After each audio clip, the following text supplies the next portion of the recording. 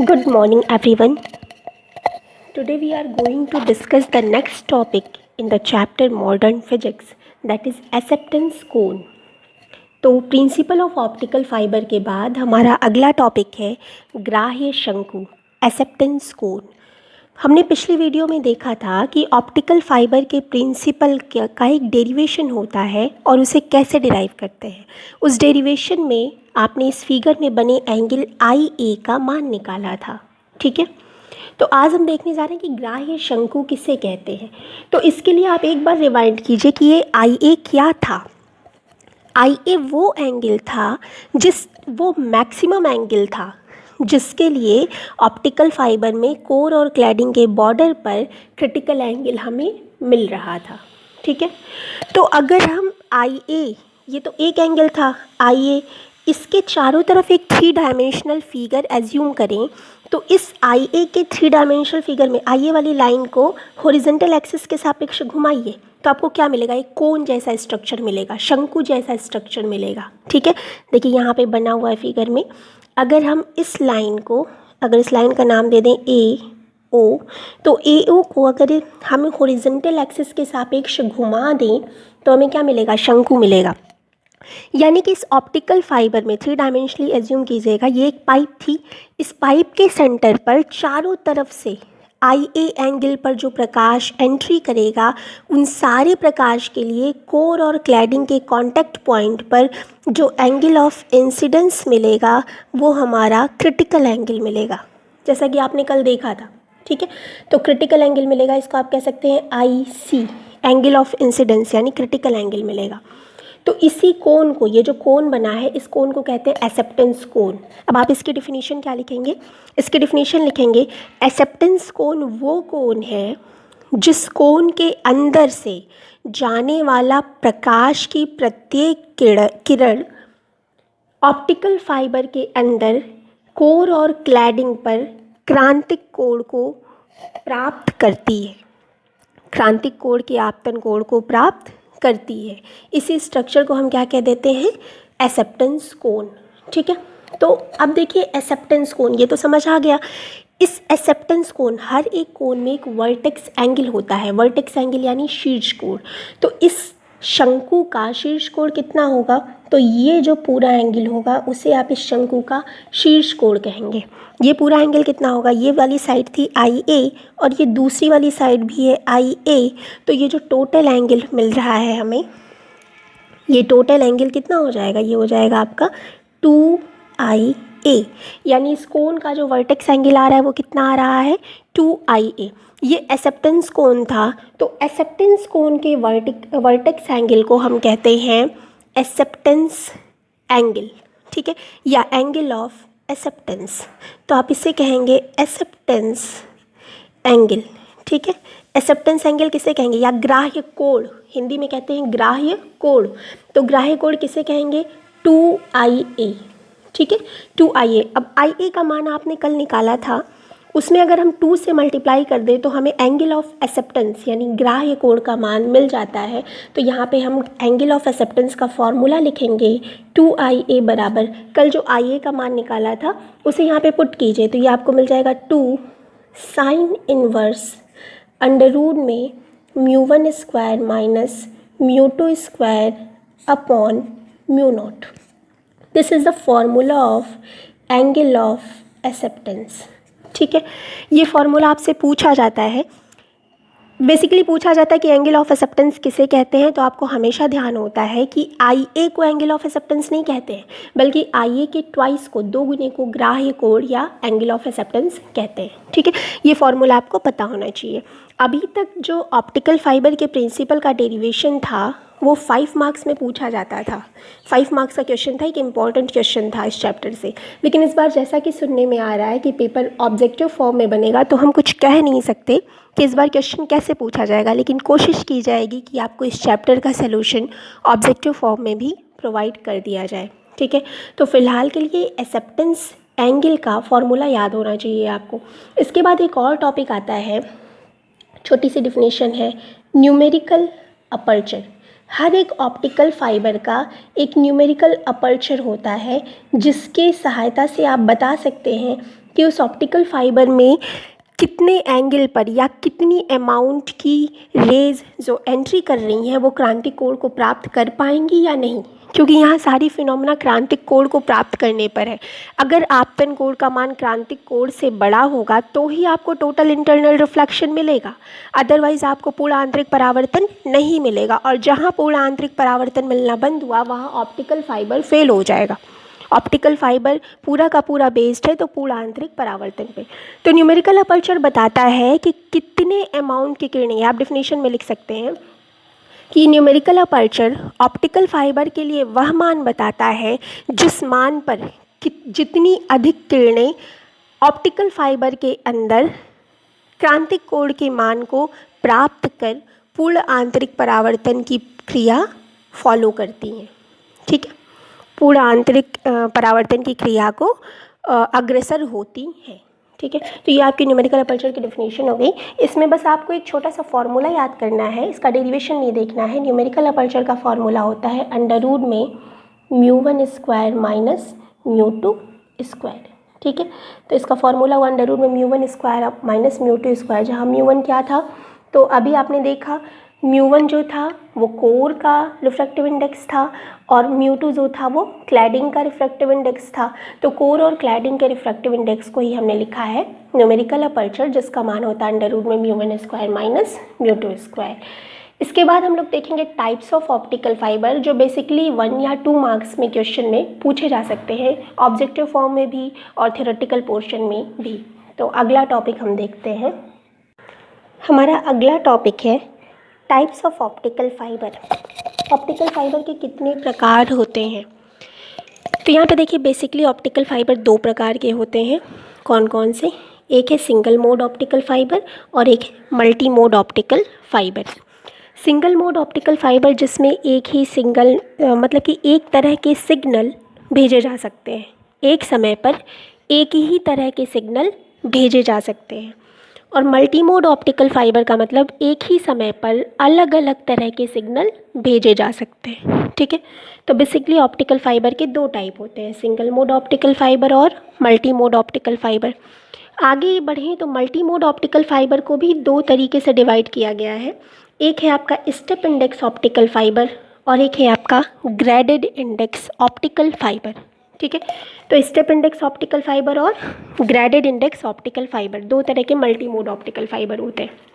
यानी आपके चैप्टर में आपको 3 तरह के ऑप्टिकल फाइबर पढ़ने हैं, एक single mode optical fibre, step index optical fibre और ग्रेडेड इंडेक्स ऑप्टिकल फाइबर। तो ध्यान रखेंगे सिंगल मोड ऑप्टिकल फाइबर यानी एक समय पर एक ही तरह के डेटा को आप इससे ट्रांसफ़र कर सकते हैं, और मल्टी मोड ऑप्टिकल फाइबर यानी एक ही समय पर अलग अलग डेटाज एक साथ ट्रांसफ़र किए जा सकते हैं। ठीक है, तो चलिए अब देखेंगे। तो पहले हम मल्टी मोड को समझते हैं। इसमें एक है स्टेप इंडेक्स और दूसरा है ग्रेडेड इंडेक्स ऑप्टिकल फाइबर। तो हम पहले समझेंगे स्टेप इंडेक्स ऑप्टिकल फाइबर किसे कहते हैं। तो देखिए स्टेप इंडेक्स ऑप्टिकल फाइबर की यहाँ पे एक फिगर बनी हुई है, ये स्टेप इंडेक्स ऑप्टिकल फाइबर है। कैसे? यहाँ पे देखिए कोर का रिफ्रैक्टिव इंडेक्स हमने माना है μ1 और क्लैडिंग का रिफ्रैक्टिव इंडेक्स हमने माना है μ2। ठीक है, तो μ1 और μ2 यानी कि कोर और क्लैडिंग के रिफ्रैक्टिव इंडेक्स के बीच में यहाँ पे एक बाउंड्री है, ये एक बाउंड्री लाइन है जो कोर और क्लैडिंग को पूरी तरह से डिवाइड कर रही है। यानी कोर और क्लैडिंग के बीच में एक बाउंड्री लाइन है, यहाँ तक का इतना जो रीजन है इसे हम कह रहे हैं कोर यानी μ1, और इसके ऊपर का ये जो रीजन है इसे हम कह रहे हैं क्लैडिंग यानी कि μ2। तो μ1 और μ2 को ईज़िली क्लैरिफाई किया जा सकता है। तो ये क्या होगा? ये होगा स्टेप इंडेक्स ऑप्टिकल फाइबर। अब देखिए एक मल्टी मोड ऑप्टिकल फाइबर है ना, स्टेप इंडेक्स ऑप्टिकल फाइबर एक मल्टी मोड ऑप्टिकल फाइबर है, यानी कई तरह के डेटा एक साथ आप इसमें भेज सकते हैं। तो मान लीजिए हमने कोई एक लेज़र लाइट रे भेजी, ठीक है, इसकी वेवलेंथ थी λ1, इसकी वेवलेंथ कितनी थी? λ1। तो λ1 जब इसमें एंट्री करेगी तो जाहिर सी बात है टोटल इंटरनल रिफ्लेक्शन को फॉलो करेगी, और इसका एंगल ऑफ इंसिडेंस यहाँ पे कुछ होगा, मान लीजिए ये हो रहा है θ1। ठीक है, अब आप इसमें एक दूसरे तरह की लाइट रे भेजिए, कोई दूसरे तरह की लाइट रे हमने भेजी, तो क्या उसका भी एंगल ऑफ इंसिडेंस θ1 ही होगा? नहीं, इसका एंगल ऑफ इंसिडेंस बढ़ गया, ठीक है, बढ़ गया, और ये एंगल ऑफ इंसिडेंस आएगा θ2, ठीक है। इस लाइट की वेवलेंथ भी अलग होगी λ2, ठीक है। और ये जब यहाँ से रिफ्रैक्टिव इंडेक्स होकर के आएगी λ2 वाली वेवलेंथ, रिफ्रैक्टिव इंडेक्स के बाद ये वाला पाथ नहीं फॉलो करेगी बल्कि कोई और पाथ फॉलो करेगी, यानी कि ये हो सकता है ऐसे आ जाए, ठीक है, और फिर यहाँ से आगे बढ़े, ठीक है, और फिर यहाँ से आगे बढ़े, कुछ इस तरह का पाथ फॉलो कर सकती है। यानी ये जो λ2 लाइट आई ये यहाँ से यहाँ पे, फिर यहाँ से यहाँ और यहाँ से यहाँ, कुछ इस तरह का पाथ फॉलो करेगी। तो आप देख पा रहे हैं कि ये जो λ1 लाइन थी ये कोई और पाथ फॉलो करके गई और यहाँ पे पहुँची, और ये जो λ2 है ये इससे पीछे चल रही है, ठीक है, ये λ2 वाली लाइन जो है वो इससे पीछे चल रही है। तो आप समझ पा रहे होंगे कि λ1 लाइन पहले पहुँचेगी और λ2 लाइन बाद में पहुँचेगी, क्योंकि इसने दूसरा पाथ फॉलो किया। इसका पाथ λ1 के कंपैरिजन में लंबा है, तो ये थोड़ा लंबा पाथ फॉलो करेगी। तो ये जो आउटर पॉइंट है इस पर अगर λ1 वाला सिग्नल t1 समय पर पहुंच रहा है तो λ2 वाला सिग्नल कौन से समय पर पहुंचेगा, t2 समय पे पहुंचेगा। क्या दोनों सिग्नल एक साथ पहुंचे? नहीं। आप यहाँ से कई सिग्नल भेज सकते हैं, λ1, λ2, λ3, λn, कई तरह के सिग्नल भेज सकते हैं, लेकिन ये ज़रूरी नहीं है कि सारे के सारे सिग्नल एक साथ ही पहुँचें, एक ही समय पर पहुँचें। क्यों ऐसा हुआ? क्योंकि ये जो सिग्नल हैं वो इसके अंदर अलग अलग पाथ फॉलो कर रहे हैं। कोई छोटा पाथ फॉलो करेगा, कोई बड़ा पाथ फॉलो करेगा। कई बार ये एक दूसरे की बाउंड्री से टकराएंगे और उसके बाद बाहर पहुँचेंगे t1 और t2 समय पे। चूँकि कई बार टकरा रहे हैं, कोर और क्लैडिंग की दीवार पर कई बार टकरा रहे हैं, इसलिए यहाँ पे इंफॉर्मेशन का लॉस ज़्यादा होता है, ठीक है, इंफॉर्मेशन का लॉस होता है। क्यों? क्योंकि कई बार कोलिजन हो रहा है, कई बार टकरा रहे हैं सिग्नल, तो हो सकता है कि कुछ ना कुछ इन्फॉर्मेशन का यहाँ पे लॉस हो जाए टक्करों की वजह से, ठीक है।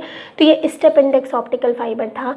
इसमें जो कोर का व्यास लेते हैं, ये जो बीच वाला कोर है, ठीक है, इसका व्यास आपको याद करना पड़ेगा 50 माइक्रोमीटर से लेकर के 100 माइक्रोमीटर तक लेते हैं, ठीक है। कोर का जो व्यास लेते हैं वो यहाँ पे 50 माइक्रोमीटर से लेकर के 100 माइक्रोमीटर पर तक लिया जाता है।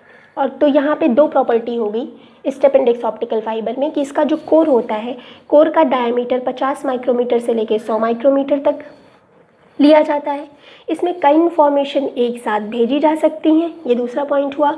और तीसरा पॉइंट हुआ, इसमें एंट्री करने वाली प्रकाश किरणें बाहरी बिंदु पर अलग अलग समय पर पहुंचती हैं, ठीक है, अलग अलग समय पर इंफॉर्मेशन यहाँ पे पहुंचती है। ये इसका तीसरा पॉइंट हुआ। ये 3 पॉइंट आप स्टेप इंडेक्स ऑप्टिकल फाइबर में लिख लेंगे और ये फिगर बना देंगे। फिगर बनाना ज़रूरी है, ठीक है। तो ये क्या स्टेप इंडेक्स ऑप्टिकल फाइबर। अब इसके बाद आपने अगला देखा था ग्रेडेड इंडेक्स ऑप्टिकल फाइबर।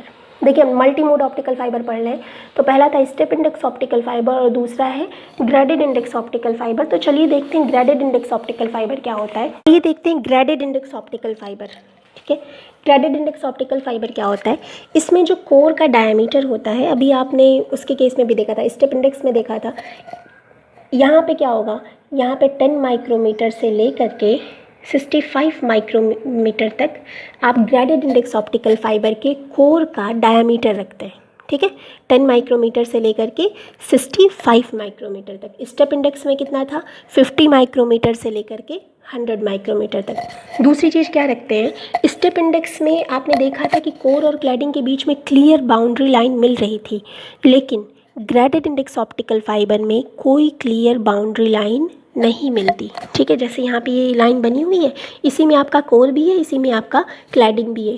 करते क्या है, जैसे जैसे आप सेंटर से दूर बढ़ेंगे, सेंटर से बाहर की ओर बढ़ेंगे, वैसे वैसे अपवर्तनांक घटाते जाते हैं, रिफ्रैक्टिव इंडेक्स का मान घटाते जाते हैं। यानी सेंटर वाली जो लाइन है इस पर रिफ्रैक्टिव इंडेक्स सबसे ज़्यादा होगा, और जैसे जैसे आप सेंटर से ऊपर बढ़ेंगे वैसे वैसे रिफ्रैक्टिव इंडेक्स क्या होगा, कम होता जाएगा। उससे क्या होगा, उससे सेंटर से दूर हटते समय आपका सेंटर पे जो माध्यम है वो सघन माध्यम है। रिफ्रैक्टिव इंडेक्स जो आप ले रहे हैं वो सघन माध्यम का ले रहे हैं।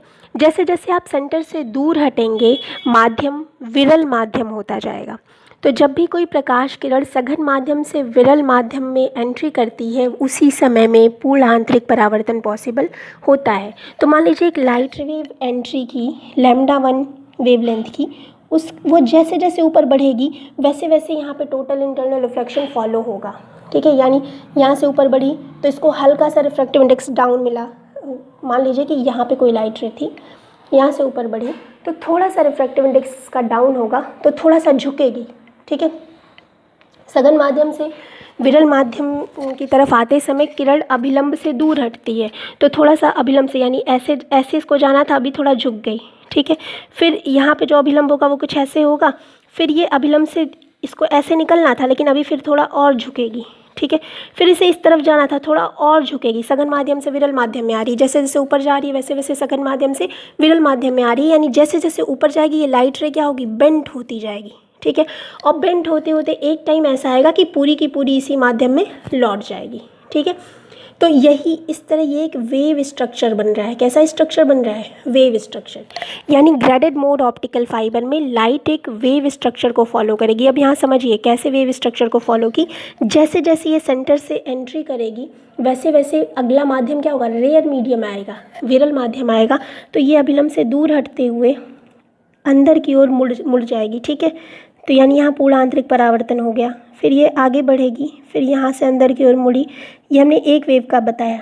ठीक है, और इस तरह पहुँचते हुए बाहर निकल जाएगी। ठीक है, इसी तरह कोई दूसरी वेव आएगी, वो कोई दूसरा पाथ चुनेगी, यानी वो कुछ इस तरह से आ सकती है।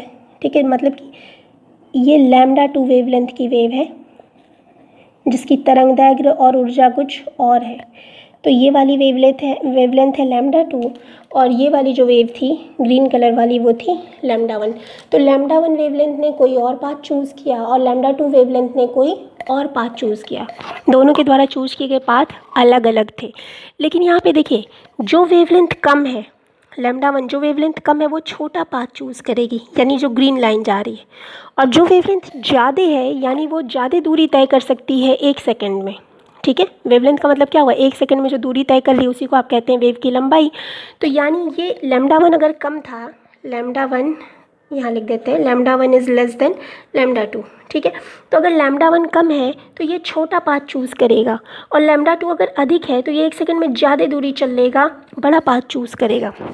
लेकिन ये अपना रास्ता छोटा बड़ा कर सकते हैं, लेकिन समय एक बराबर लेंगे, समय एक बराबर लेंगे, यानी λ1 कम पाथ, छोटी वाली दूरी, शॉर्ट पाथ। ठीक है, शॉर्ट लाइन को पार करते हुए आउटर पॉइंट पे पहुंच जाएगा, और λ2 ये ज़्यादा चल सकता था 1 सेकंड में, λ2 बड़ा है ना तो 1 सेकंड में ज़्यादा दूरी तय कर सकता है, तो ये लंबा वाला पाथ चूज़ करते हुए बाहरी पॉइंट पर पहुंच जाएगा, लेकिन दोनों साथ में पहुंचेंगे, एक ही समय पर पहुंचेंगे। यही फ़ायदा होता है हमारे पास ग्रेडेड इंडेक्स ऑप्टिकल फाइबर का।